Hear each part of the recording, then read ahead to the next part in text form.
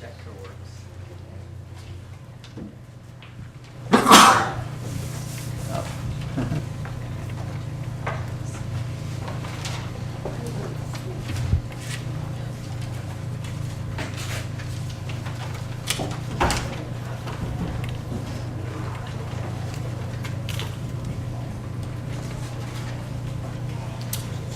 I guess it's going to take a minute, so sorry about that.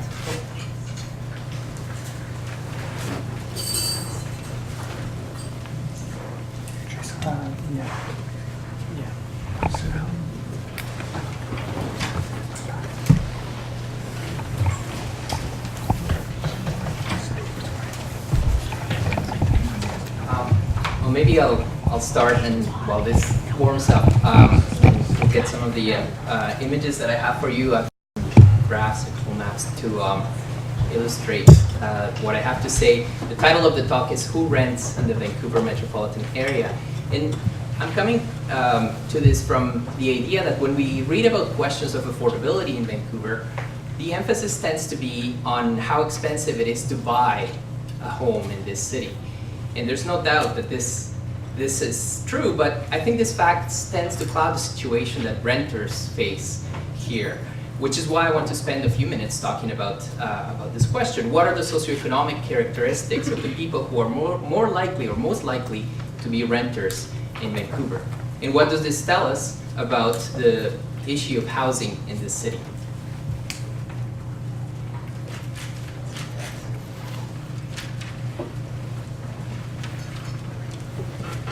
Analysis of rental markets usually focus on the housing units, since that's the commodity that's being exchanged.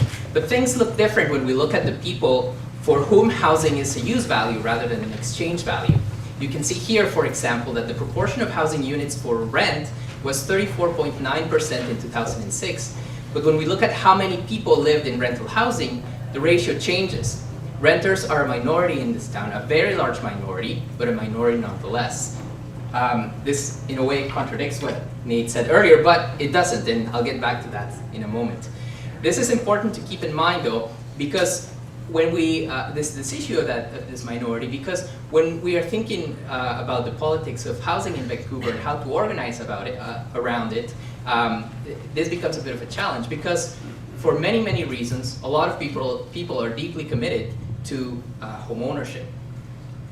So I don't have time to show you a lot of detailed numbers, but I'll just provide a quick summary of what I discovered when I poured through the 2006 data to put together this presentation. And I would like to be able to use 2011 census data, but the relevant data is not available yet. We don't know how accurate it's actually going to be, how usable it will be for describing the situation. So bear with me, this is 2006. The best way I could think of making all this information accessible was to tell you about some of the characteristics of people who were overrepresented among renters in the Vancouver metropolitan area. Let me start by this. So people overrepresented among renters, those who are aged 20 to 34. And this is, in a way, not surprising, but it's important because, as you know, this is the group of people who is most vulnerable to unemployment in this crazy economy that we have today. Also, people living alone or with roommates, single parents, people living in small households or one or two people, people who have moved in the past 5 years, indicating some sort of not the same kind of stability as homeowners. Also recent immigrants, those who landed in the past 5 years. People who self-identify as Filipino or Latin American visible minorities. And I was a bit surprised by this, people who self-identify as not a visible minority.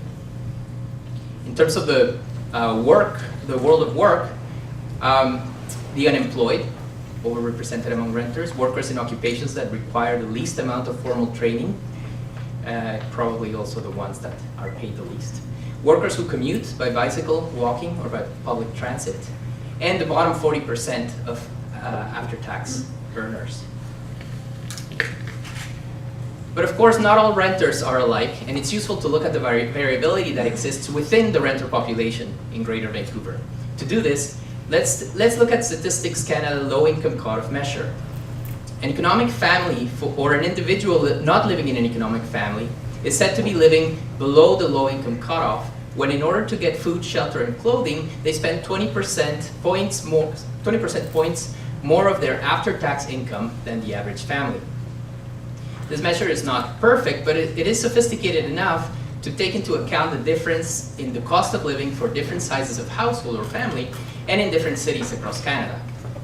You will not be surprised when I tell you that the Canadian government does not have an official measure of poverty, but this LICO measure is as close as we get to one, and it is generally accepted by the research community as an indicator of the incidence of poverty. I won't be going into too much detail, but given the topic of today's panel, I want to show you some of the numbers for renters who are immigrants to Canada, based on how they self-identify in the census as members of a visible minority group.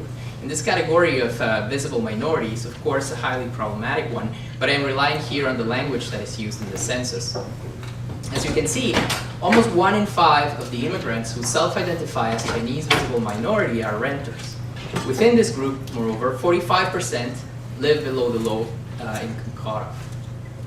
You can also see renters, or groups that are overrepresented among renters: Black, Filipino, Latin American, Southeast Asian, Arab, and West Asian self-identified visible minorities. And also groups that are overrepresented as renters below the LICO are also the groups that self-identify as Arab, West Asian, or smaller minority groups that here for convenience group and their other single response.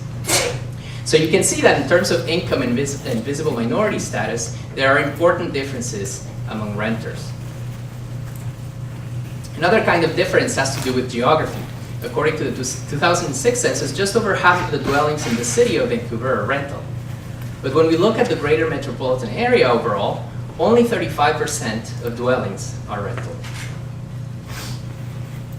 In this map, each red dot represents 10 rental dwelling units, while the blue dots represent 10 owner-occupied units. And as you can see, the largest concentration of rental housing in the metropolitan area is in the city of Vancouver, in a concentric area of about 1 kilometer around City Hall.